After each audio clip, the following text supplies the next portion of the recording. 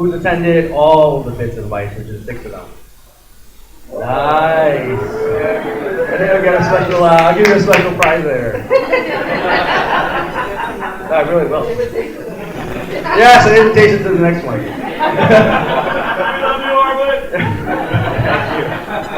But aside from doing Bits-N-Bytes, we also have a 60 seconds, which you may catch as well. So really, the intention of Bits-N-Bytes in 60 seconds is really to spotlight, individuals at NYP and aiming to build, some camaraderie and some collaboration, and just to, kind of get to know who you're riding the elevator with.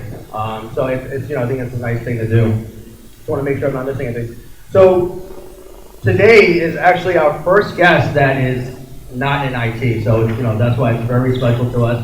And I think you'll definitely have a special treat today. So I always do this also. Who here, raise a show of hands, is not from IT? All right.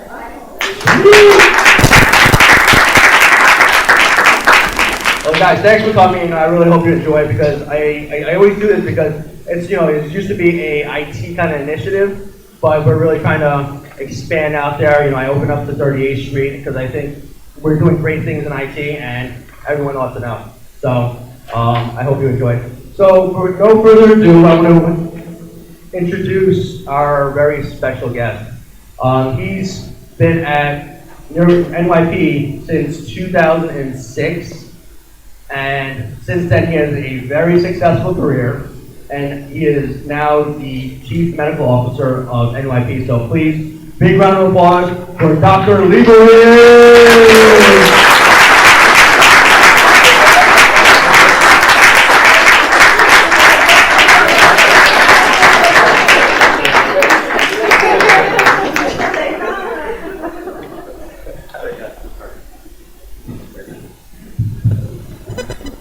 I am super happy to have you as our guest, and as you know, you're the first guest that is a non-IT employee. So, but I sort of feel like I'm IT by family because my son is IT, so that's his career. So sort of feel like I'm part of that. Oh, great! So I guess you have some history in IT, and is that something that you're interested in or you're passionate about? I don't know if I go so far as passionate, but I certainly recognize and appreciate and understand how dependent we all are, particularly at the hospital and particularly in my role.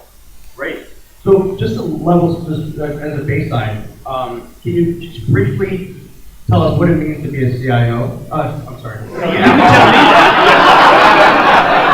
Daniel? Yeah. I don't want to say CMO, so audience slip. We'll take that off the camera. No, keep that one running. Circulate that. Who here can put that on the infonet? So what it means to be a CMO. So a CMO is one of those jobs that if you go from one academic center to the other, it'll be a different job in every academic center. So here, I sort of sit in a long line of CMOs. So if you think about who preceded me, the immediate past was Bob Kelly. Before that was Laura Farid, and before that was Steve Forwell.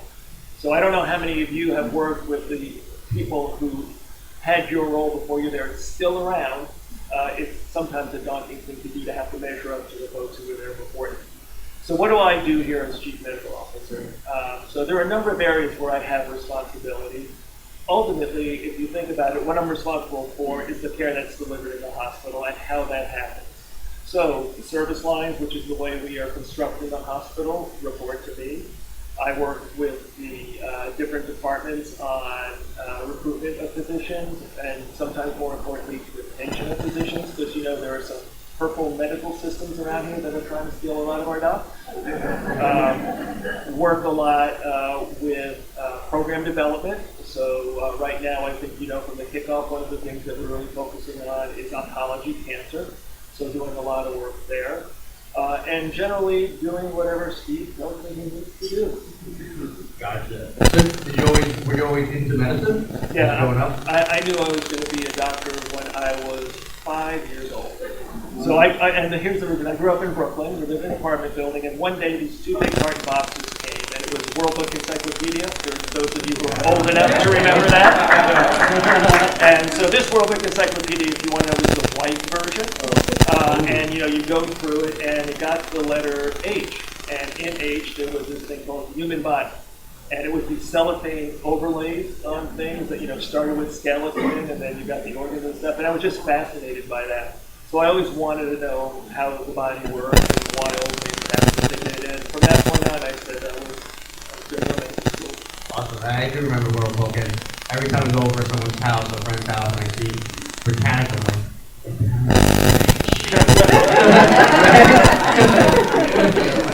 we were the common folk. I was like, wow. So, since you've been CMO since 2011 at MIT, how have you seen the role evolve within those 5 years? Have you seen a drastic evolve, from where you were in 2011, or has it kind of... No, there's been huge changes. I think everybody recognizes the changing healthcare environment and the consolidation that's gone on, and the sense that everybody's got to get bigger. So when you think about what we've done, the whole regional hospital, that's really been a major, major change, both in philosophy as well as in reality. Because prior to the regional hospitals, we have what's called an affiliation agreement with Weill Cornell and with Columbia. And that affiliation agreement says we can't own any docs, we can't hire the docs, which is a whole other story. But with the regional hospitals, that's our first opportunity to actually have doctors that report to us. So that's been a real interesting challenge at times. It required us to build a whole big infrastructure and really thinking about how do we coordinate, what's the strategy. A lot of systems develop all these outside hospitals with the sole thought of, well, they can send patients here and really don't care about what's going on in those outside hospitals. And Steve Corwin has made it very clear that rather than a hub and spoke, we're really a hub and hub. So what we need to do is develop these regional hospitals. They need to stand on their own 2 feet. We need to develop programs there. But at the same time, we need them to send in the stuff into the academic medicine center that you don't want to handle in the hospital. So have you also seen the positions kind of evolve at the same rate, or with, during those 5 years? In terms of number, or Well, actually, in terms of, yeah. I guess both. It's a Yeah. it's a quality. So with technology now, and then just how you saw it coming in 2011 and 2016. Yeah. From a technology standpoint, doctors are very technology thirsty, so there's never enough. Both technology from the standpoint of new toys, what can I bring into the OR, what are the newest radiology things, but also from the IT standpoint. And I think if you were to talk to the docs, one of the things that they're constantly pushing us on is how can we become more efficient, how can we get our IT working much more in the workflow.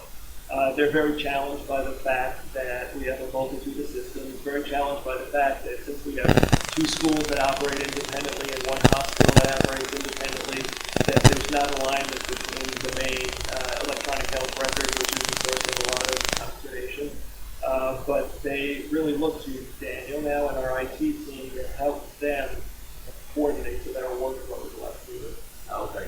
So now you mentioned the HR. So I've actually I saw a clip of 2 years ago in like a healthcare forum that you were part of. You were part of a panel. You had mentioned that EHRs are really physicians really feel a hindrance with EHRs. Now, 2 years later, do you still kind of feel the same way, or has it gotten a little better? Maybe it's gotten a little worse. And that's not the EHR's fault. That's really government regulation. So what we've had to do is, because of reimbursement being so dependent upon what's in the EHR and some requirements that are there, we've chosen to, Daniel will tell me we haven't had to, we've chosen to build in a lot of stops, a lot of requirements, a lot of things that really interrupt the flow in terms of where things go.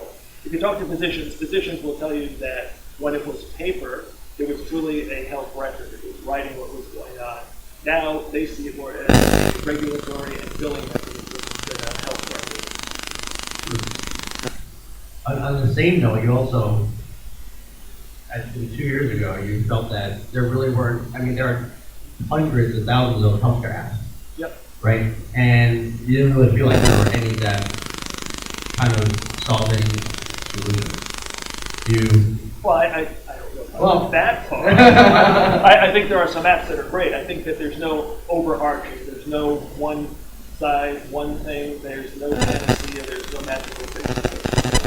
And I think the question, and that's part of why we get ourselves into some of these finds, that there may be a best of breed for this application, a best of breed for that application, and we bring them in and we glom them on top of everything. And Daniel said, how many different interfaces do we have now? 1,800, which, you know, I don't know how IT maintains that, but and it can't work as well as a native system. But the fact of the matter is there is no perfect native system. There's no, I go so far as to say there's no good native system. So I think the real challenge is there. And this is something that, if you take a look at the environment, lots and lots and lots of institutions are going in one direction, Epic. And I think the one thing, I don't know what we're going to do, but the one thing I know we're not going to do is go to Epic. So we're really bucking the trend there. But I think I live and pray that there is a quote next generation EHR that's going to solve all the problems. But I like to dream. Well, so all those challenges, what do you feel the biggest challenges are as a CMO? For me, the biggest challenge is the fact that most of my work is with the physicians on the two-school side. And I live in this fantasy, so if they talk about that affiliation agreement, we don't employ the docs. So the docs are employed by the school. So, you know, just think about my job. I need to get the docs to do what I want them to do, but they don't work for me. And so I don't directly pay them. And so their likelihood of doing something just because I tell them to do it is sort of like, you know, when my son was 3 years old. It's just not going to happen. So the challenge is really how you leverage it, and what are the things that you can do. You know, you can always appeal to the higher level about doing what's best for the patient, and it gets your partner when you're there. But it's really figuring out what are the things that we can do, and I think, you know, not to keep coming back to IT and the EHR, but the things that we can do to make their life easier gives me something that I can do in terms of negotiating with bargaining. Docs want to do the right thing, don't get me wrong, but we need to put them in an environment where they can do it. So is that, so would you say that is one of the biggest synergies that the clinical side and the IT side can kind of really partner and close on, you know, working? Yeah, I think in the environment in terms of how we work together, but I think the bigger thing that IT can do and does do, and we need to continue to push, is lead to better patient care. I think that when you can't improve what you don't have data on. So, you know, we all live under the impression that we're doing the best job ever. I mean, we may have 10 doctors doing things 10 different ways, but each one of them will tell you that my way is the best one. And unless you can really get data, take a look at it, and see what the outcomes are, you really can't figure that out. So the way in which we can feed this data, the way in which we can create dashboards, the way in which we can make it meaningful and actionable is really key.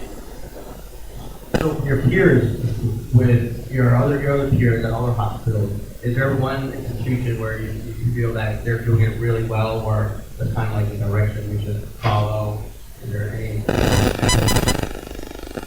There are a number of places that do it well. I would say Intermountain does it very well. Intermountain out in Utah is a very quality-driven organization, a very physician-run organization, and for a long time they've had they've created their own systems. They're going now to CERN, so they're now moving to CERN. But they have a system, and they've had a clinical repository that's been ongoing for many, many years. They're very quality-focused. They have Brent James there, who's really pushed. And they've always operated under the guise that if you don't think about finances, it's what you push is quality, finances will work in the end, because it saves money to do things right the first time. So they do a very good job of it there. I think academic medical centers, there's a real challenge there. Given what's going on with reimbursement, part of what academic medical centers need to do is be able to demonstrate that they have higher quality, that they do things better, in order to justify the better reimbursement. I don't know if you got a chance to see our last Bits-N-Bytes. Leo Lowen, we did a presentation on disruptors in healthcare. So I was curious, what you thought, what was the biggest, like, one of the more disruptors in healthcare and what your views are, what do we believe about it? So I will steal this from Steve, and Steve believes, what's the question, what's the next Uber biggest disruptor, and he believes it's telehealth. And he thinks it's the ability to take care of patients from a distance, not having to have them come in, saving space and time for those patients that really need to be seen, and being able to take care of a large number of patients in a much more economical way. Are there institutions that are currently kind of in the lead, or? So, in a very limited way. So, let's see, this is the fourth academic medical center I've been at. 2 academic centers ago at the University of Arizona. University of Arizona takes care through telehealth of a lot of folks on immunity reservations in very distant places. So they've been using that for a long time. I think in terms of mainstream, we're really just getting started on it. There are a lot of different applications for it. There are second opinions. What we're really thinking about is the ongoing care of patients. And there are some places where it's inactive. So if a patient gets operated on, gets discharged from the hospital, typically they come back 7 days, 10 days, 2 weeks later. If everything's going well and the patient lives hundreds of miles away, there's really no reason to come into the hospital. If they can have a telehealth face-to-face meeting, that's a good place for that. Also, the other places where I think it's going to pay off for us is in our regional hospitals. So if you go up to Hudson Valley up in Westchester County, that's a bit of a ride up there. And because it's a small community hospital under 100 beds, you're clearly not going to have all the services there that you have in an academic medical center. So if they have somebody in their emergency department that they're not sure about, or somebody in the ICU, the fact that we can telehealth back and forth will facilitate care there as well. Great. Can you share a little bit about your vision, what your short-term goals and then your long-term goals? Yeah. So short-term, we had a retreat with our board in October, and really the board set direction in terms of where we want to go. And the big initiative, I would say, for this year is advancing cancer care in our institution.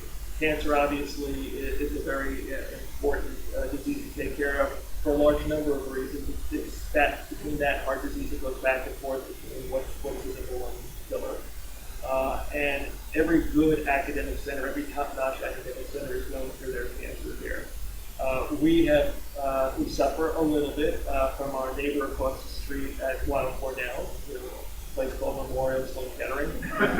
They have a little bit of a reputation, but it's really our board's desire that we really focus on the care we deliver, and not just in terms of do we give the right chemotherapy, do we give the right radiation oncology, but it's really all the support that goes around cancer care. So we're going to really focus in on mental health support, we're going to focus on nutrition, we're going to focus in on those integrative therapies, acupuncture, yoga, some of the other things that really take care of the patient as a person, rather than just making sure we're giving the right chemotherapy, the right dose of radiation therapy. So we're going to actually have a number of retreats with our schools. Next week we're meeting with Columbia. Early April we're meeting with Weill Cornell. And then at the end of the month we're going to try something, believe it or not, we're going to get the 2 schools together and see from a collaborative standpoint what are the approaches we can take across both campuses so that we have an N1P plan of cancer care. So that's the immediate short term. On the long term, one of the things that I'm working on, and a lot of people in finance, Sherilyn, the business money people, we need to change our whole care delivery model. Efficiency is really becoming the key word. But we need efficiency while maintaining or even improving the quality of care. So we need to step back and take a look at how care is delivered in the hospital. What's the role of residents? What's the role of the attendings, PAs, nurse practitioners? How do we set this up so, number one, patients get all the care they need, but only the care they need, nothing more, nothing less, and that we get it right the first time and every time. And that we do it in a way that, again, is very patient-centered. Thank you. So a little bit, I guess, about, let's talk a little bit about you. That's scary. Well, what do you think, if you're not at work, where will you find you? Like, what's your hobbies? What do you like doing? I like traveling. Traveling? And I just came back from a nice trip to Vienna, which is a fascinating place. I would recommend it to everybody. Walker, and the last year or two, definitely golf.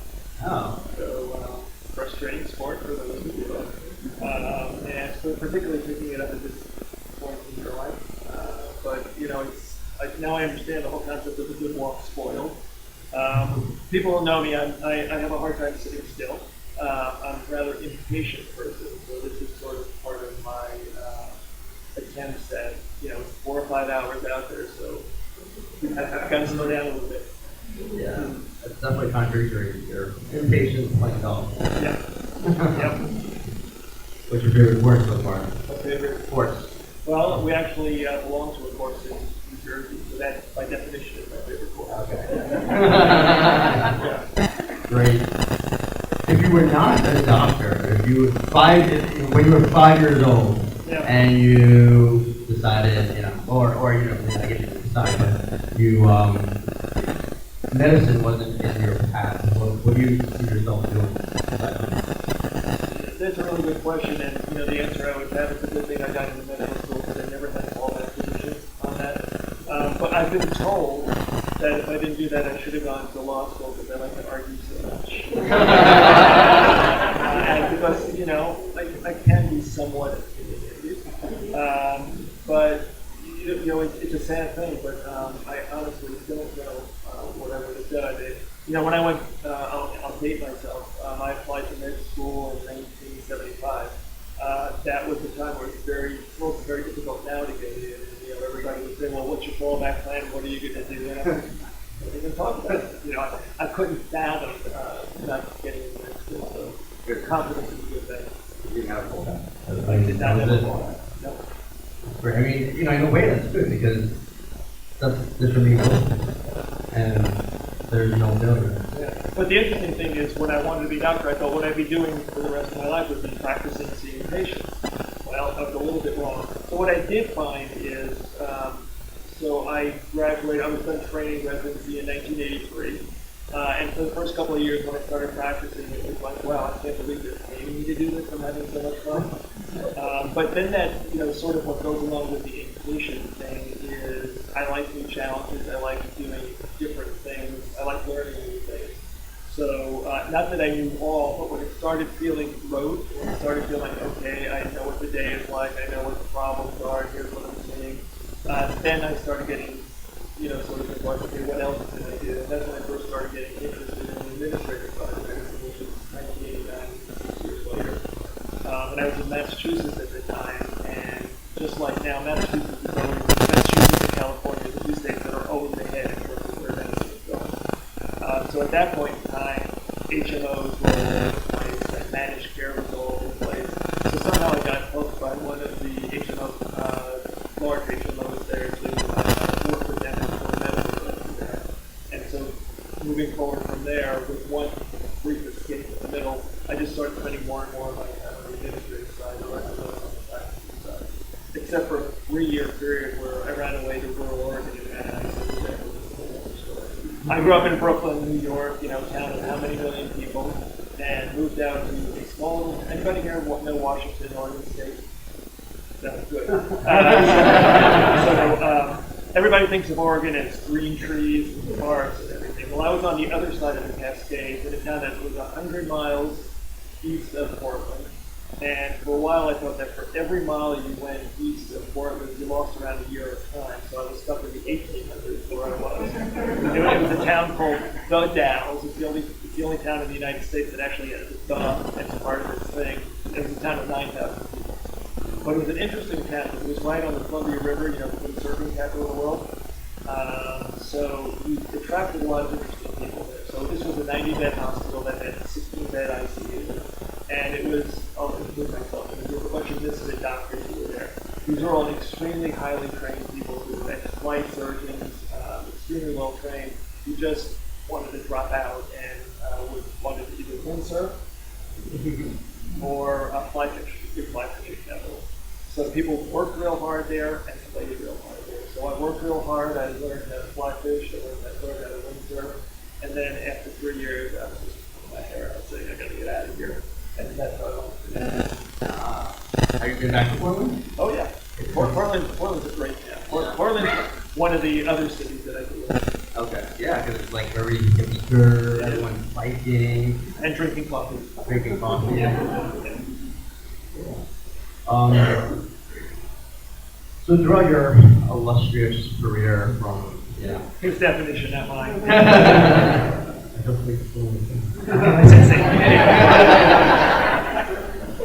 So throughout your illustrious career, what do you feel like you're most proud of? I mean, I know you have a lot more to go, but up until now, what do you think you're most proud of? So I've done many different renditions of myself. When I was at Arizona, my big focus there was education. And so I was the division chief, and for a number of years in a row, I was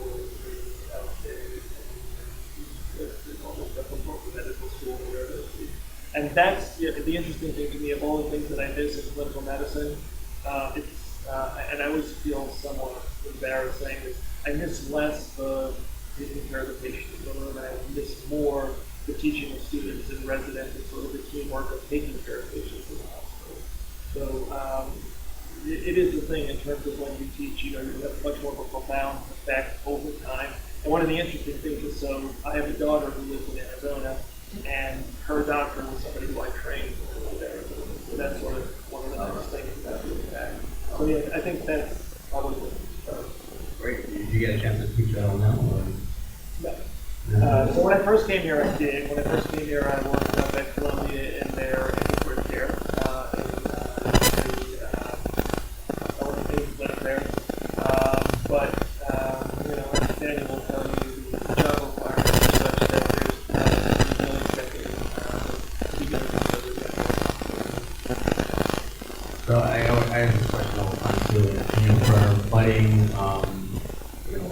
executives and leaders, what would you tell an aspiring CMO, CIO, or C-suite person? Like, what advice would you give them, kind of when they're starting off, or even when they're kind of in the middle of their journey? Yeah, so this is the favorite thing for me, because this is the way I've lived my career, I guess. It's that it's never a straight line. So don't think you're going to start here and you can do the next step, the next step, the next step.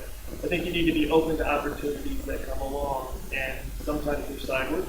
And basically what you need to do is just take a look and say, is there something I can learn here that I can use later on? And while it may divert you with what you think is from a direct line to where you go, I don't know anybody who's really been able to do a direct line.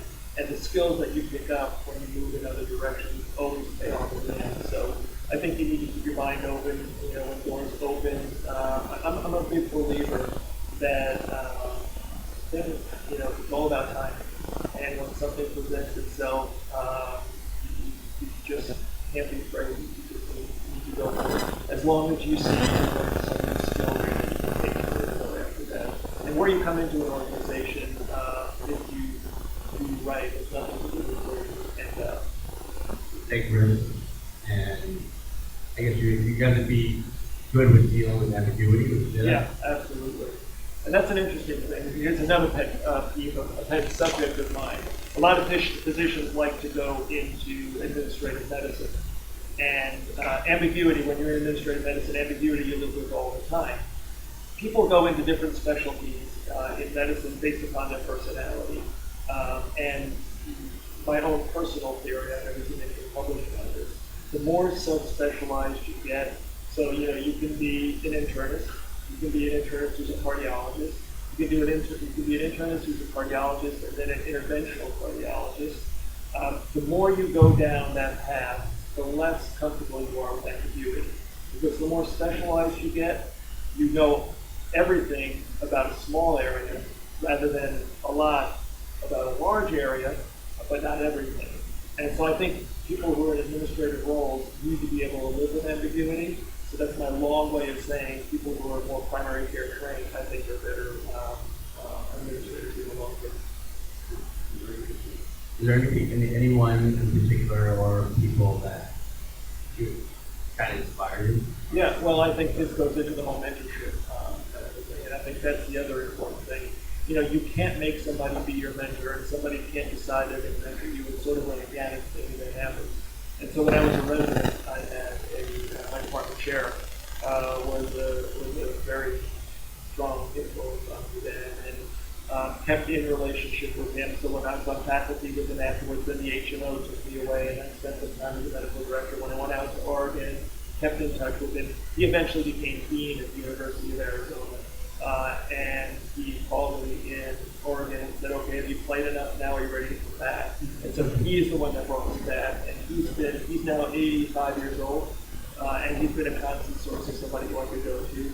And one of the neatest things for me was, while I've been here, 4 years ago, I was able to get him to come to Cornell and be the visiting professor for a day, and then the next year he came to Columbia as visiting professor there. So I got to walk him around, show him everybody, and show him that he did a pretty good job with me. Well, I promised that I'd leave time for questions, and it's a very interactive event, my studio. So I want to open up to questions from the audience now. Anyone have any questions for Dr. Liebowitz?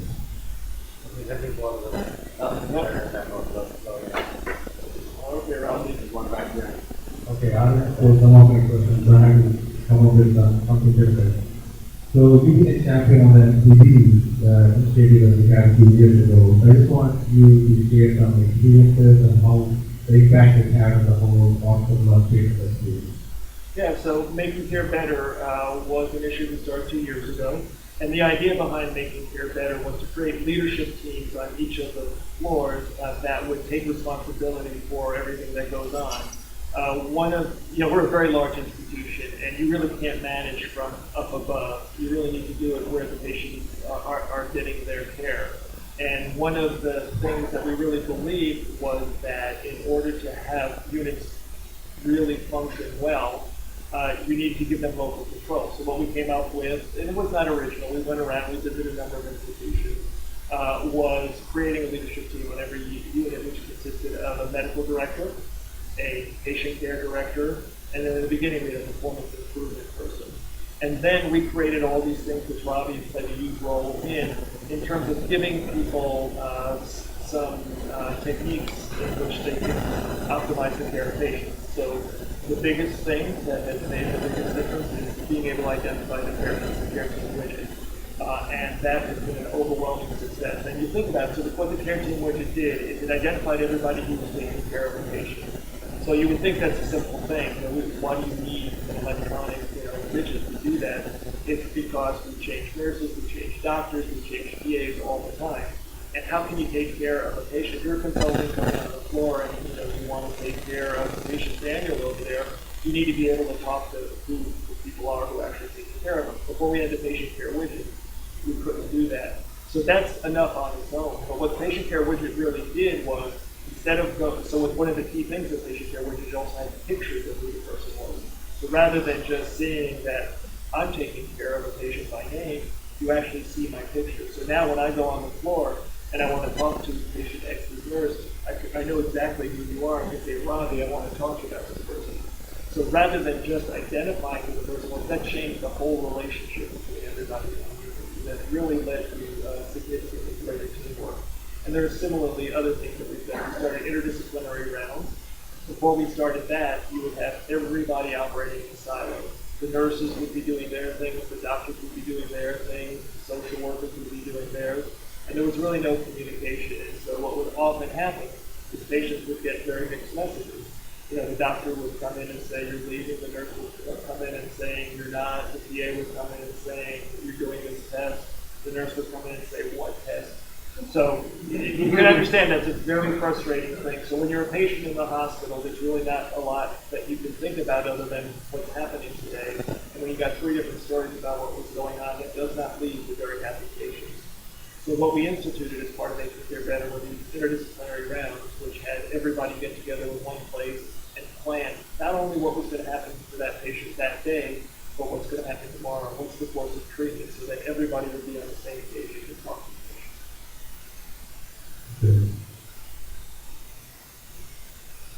What would be the next innovation? What would be the next innovation you want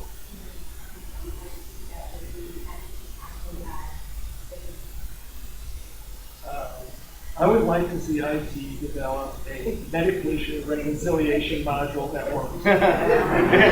So when you take a look at, you know all about patient satisfaction, and they fill out forms, these HCAS. Our discharge process really is painful. In order to discharge a patient, we need to do what's called medication reconciliation. And I have been with our team, and it can take over an hour on our complicated patients to run through those drugs. Now, our teams need to do that when the patient is admitted, when they're changed to another floor or service, and when they're discharged. This adds a significant amount of time. It's also very difficult to do, and obviously we want to make sure patients are on the right medication. So there's a quality and a safety issue, and there's a timing issue. What's currently in all scripts is just horrendous. And I think if we were to go to the house staff and ask them what's the one thing, if we could change one thing in the EHR, that would be the thing. Questions? Just kind of follow up isn't that the city? Yeah, so if you have to do it, but if you actually saw what you have, the process that you have to go through with our module is duplicative, repetitive. There are other systems out there, and I don't know, do you know how it works in Epic? Not well. Okay, so this is not something that's limited to all scripts. This is Right. this is a major issue, and it's something that's got to be solved because there's a safety issue as well as a operational issue.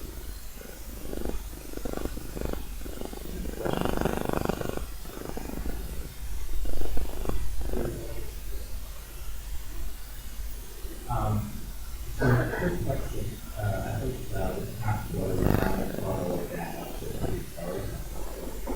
Yeah.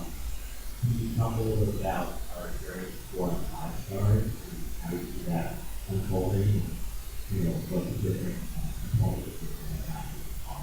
Sure, Daniel, your next Bits-N-Bytes should be Rick Evans. So we actually brought in a new chief experience officer. So Rick Evans, who had been here previously, left, went to Mass General, and was the chief experience officer there. So I think there are a number of things that we need to focus on. We know what the main issues are, so it's responsiveness. So this has to do with when a patient wishes to call up. What are we doing about that? Laura and Steve are going to unveil a plan in terms of increasing staffing on med-surg units, so we have more nurses over there. Communication. So we need to do a much better job both on the nursing end and on the physician end in terms of communication. How are we going to do that? So I don't know how many people there know Steve Kaplan. Steve Kaplan. So we have now we're probably a little bit more than a year into a physician communication course. So the history of that is around 2 years ago, we recognized the fact through HCAS scores that our physicians were not doing a good job of communicating, both in terms of getting information across, as well as having a significant amount of empathy when they dealt with our patients. At that time, we knew that Cleveland Clinic actually had developed a course that was a requirement for every physician at the Cleveland Clinic to take. So I was volunteered to go out and take that course as a full-day course. And I like to believe that I was not chosen because they thought I had a particular problem with communication. But in any event, went there, sat through the course. It was very interesting because they do it in small groups of 10 people at a time, led by 2 facilitators. And I was there in a mixed group. It was a bunch of colorectal surgeons, orthopedic surgeons, family practice, pediatrics.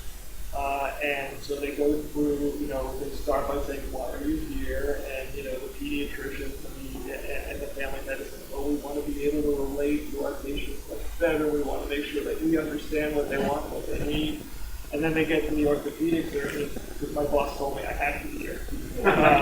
It's an 8-hour course, and what they did over time is broke them down. And even at the end, even the orthopedic surgeon said, boy, this was a worthwhile thing. And the way they sell it is they talk about communication, not just in the hospital, but in ways in which if you can communicate better, this makes your life better in general, getting along with your life, your kids. And they also said, contrary, one of the concerns the doctors have is if I have to go through this thing, it's actually going to take more time, and it's going to back me up. And one of the things they learned over through, if you're actually an effective communicator, it takes a lot less time. And then they teach certain ways in which I think that all doctors by nature are empathic, but we don't always project that. And so they give you some very simple techniques that should come natural, like all those things you're supposed to learn in kindergarten. But make it in a very interactive way. And so I came back, Steve went, and we developed our own course similar to that, but somewhat specialized for our own particular way. And we've done that now for probably 500, 600 physicians. Where we had a significant problem in one of our EDs, I won't mention that it was Weill Cornell. We mandated it until every ED physician at Weill Cornell went through this course. And the feedback on it is overwhelmingly positive. So I think that's how we're working on the communication end. And as far as the responsiveness, one of the other things that we're doing is we're teaching everybody on the team that it's not just the nurse who answers the call now. Whether you're housekeeping, whether you're a resident, you walk by and patients call, you go in and you see what you can do now. So I think that Rick has a multi-step process that he's bringing out. And look, the reason to do it is not to get the 3 stars, 4 stars, 5 stars. The reason is because that's the way we want to take care of our patients.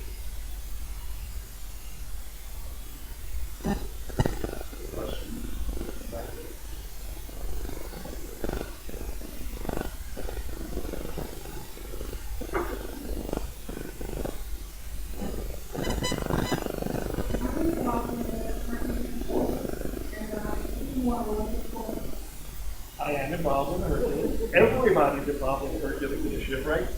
So my focus is, Henry King and I are the executive sponsors on clinical resource optimization.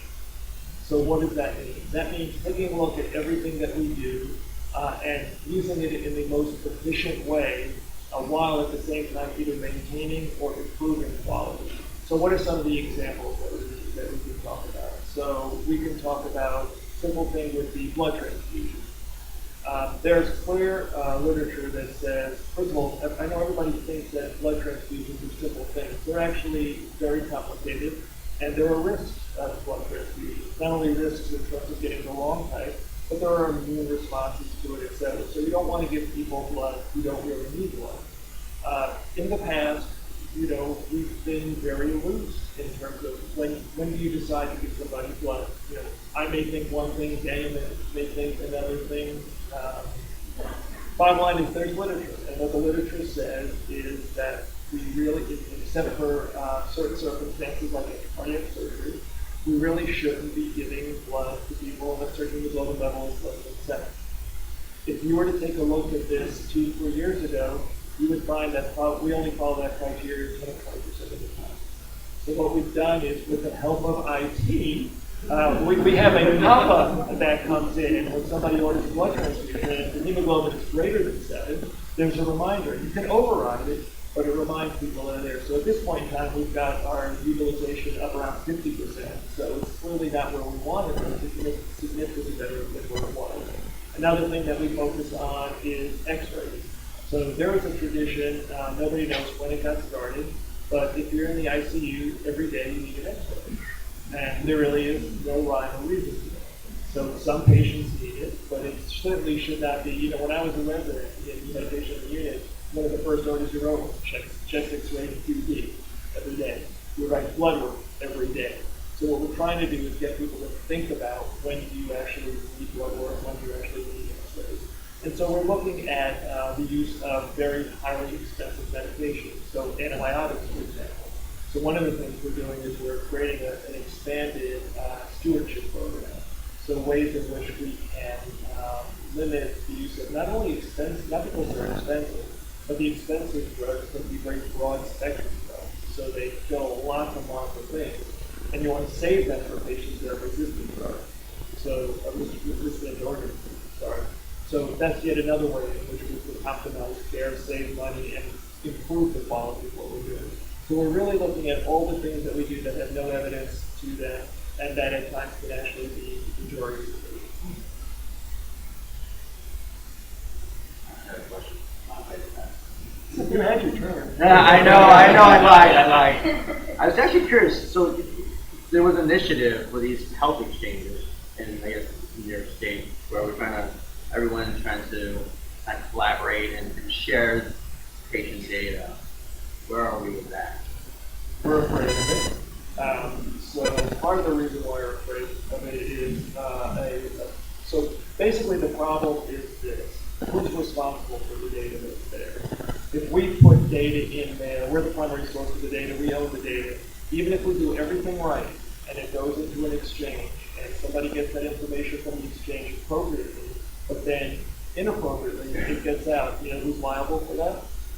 We are, as the owner of the data. So I think there's a lot of concern around the safety and security of that. But Daniel, I don't know if you've got a different perspective on that. But I got the answer right.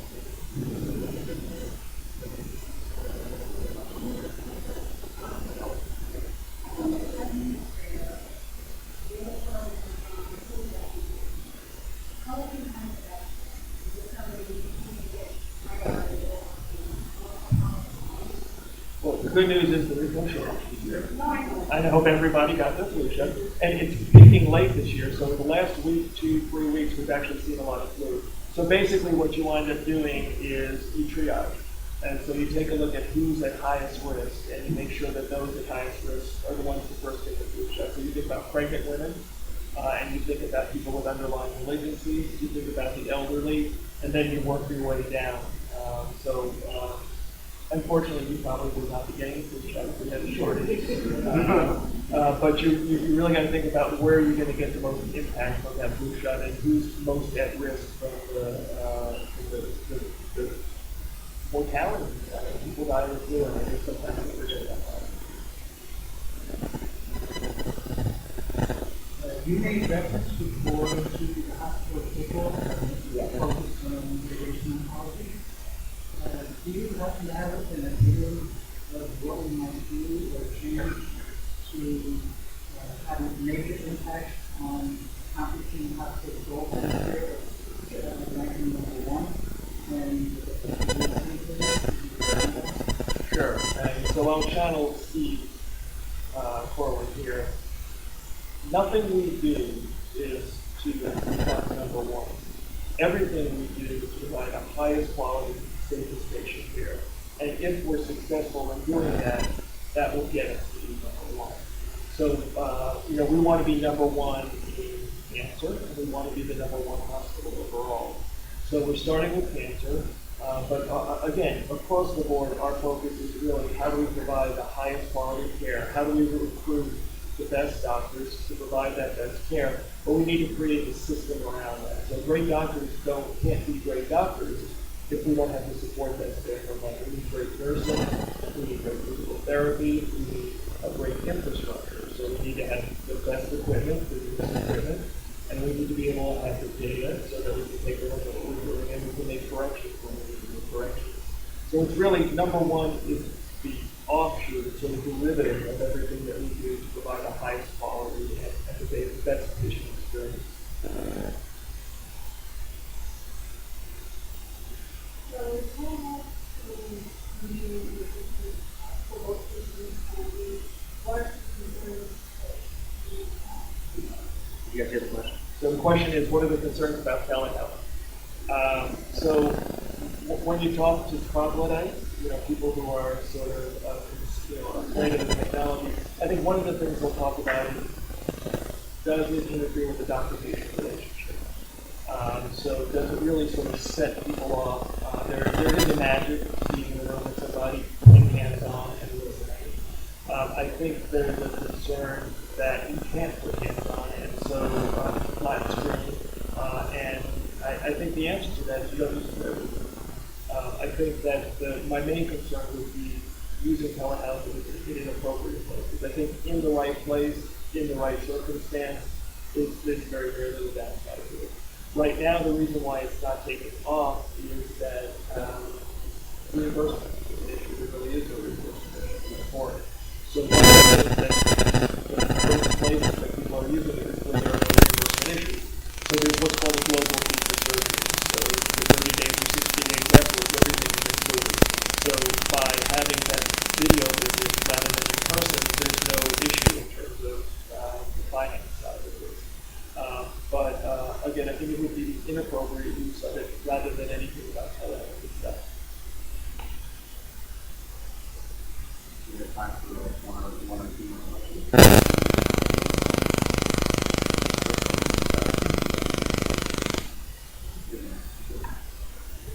You mentioned the references to financial advisors, which is where that we did how we provide there and all that and all that.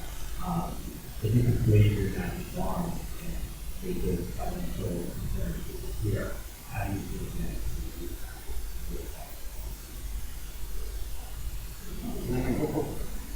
that? Yeah. So I wouldn't say that finances are a driver. I would say that finances are a consideration. I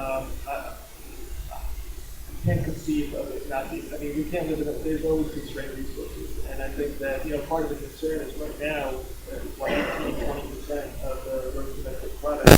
So the reality is finances are always going to be there, and I think that we need to not fall into the trap of thinking if we spent more, we would have better healthcare.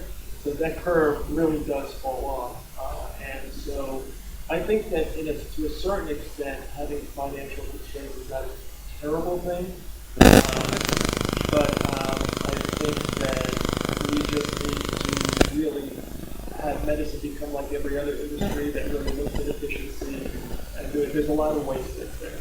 So I actually think that the amount of money that's spent on medicine now, if we took the waste out of it and put it into things that actually make a difference, would be okay.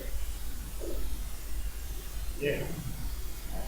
Can you tell us a little bit about the other sites that are joining our network, Valley? Sure. So Hudson Valley and Lawrence are already there. We are what's called an active parent of that, so they're not merged in. They're two, one small and one smaller community hospitals in Westchester. Lawrence is lower down. Hudson Valley is higher up. Lawrence is close enough to Columbia that we can have specialists from Columbia go spend a lot of time up at Lawrence, and that is the basic plan, is to develop programs there. The good news is in April we're going to have a cancer center in Lawrence, and in the ideal world, we have a lot of people who come to Columbia from Westchester, so they could come have their complicated surgery at Columbia, go home to Westchester and get the radiation therapy, for example, at Lawrence. So it's really going to be integrated into what goes on. And that's on the Columbia side. On the Weill Cornell side, we currently have New York Hospital Queens as a active member, and probably late summer, fall, New York Methodist will be there as well. And that's a real opportunity. Those hospitals are much larger than the Westchester Hospital. Queens is around 600-bed hospital. Methodist a little bit larger. And that's a real opportunity to develop some nice programs with Weill Cornell, particularly in things like heart failure, ophthalmology, and in our living. So again, the model again is those hospitals are going to stand on their own 2 feet while they send patients to the field. And in the same way that we're thinking about the difference with our physicians. Yeah, but the difference that we have in Queens and Methodist is we're actually going to employ doctors. Here's the primary care doctors out there. So, then we'll, again, so what I said early on, we'll be, when I meet with other CMOs who actually employ docs, I tell them, boy, they live in a different world. I only wish I could employ the docs because my life would be so much easier, and they laugh at me. So she said, they say employment does not change things at all. I choose not to believe that. So I just wanted to say that, I think this session was so well-rounded. There's just about technology, about, health, health tips. And it really is made possible by awesome guests like Dr. Liebowitz. So, for all our Bits-N-Bytes guests, I wanted to present you with a Bits-N-Bytes mug.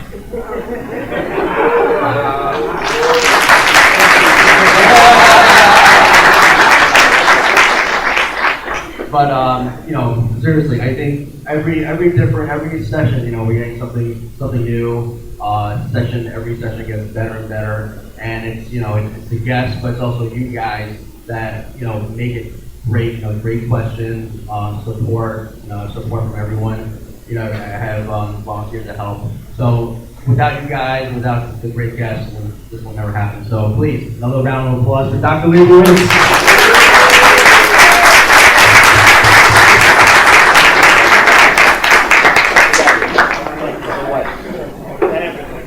Yeah, okay. I wasn't sure if you wanted to do that, so I didn't put water in, and I figured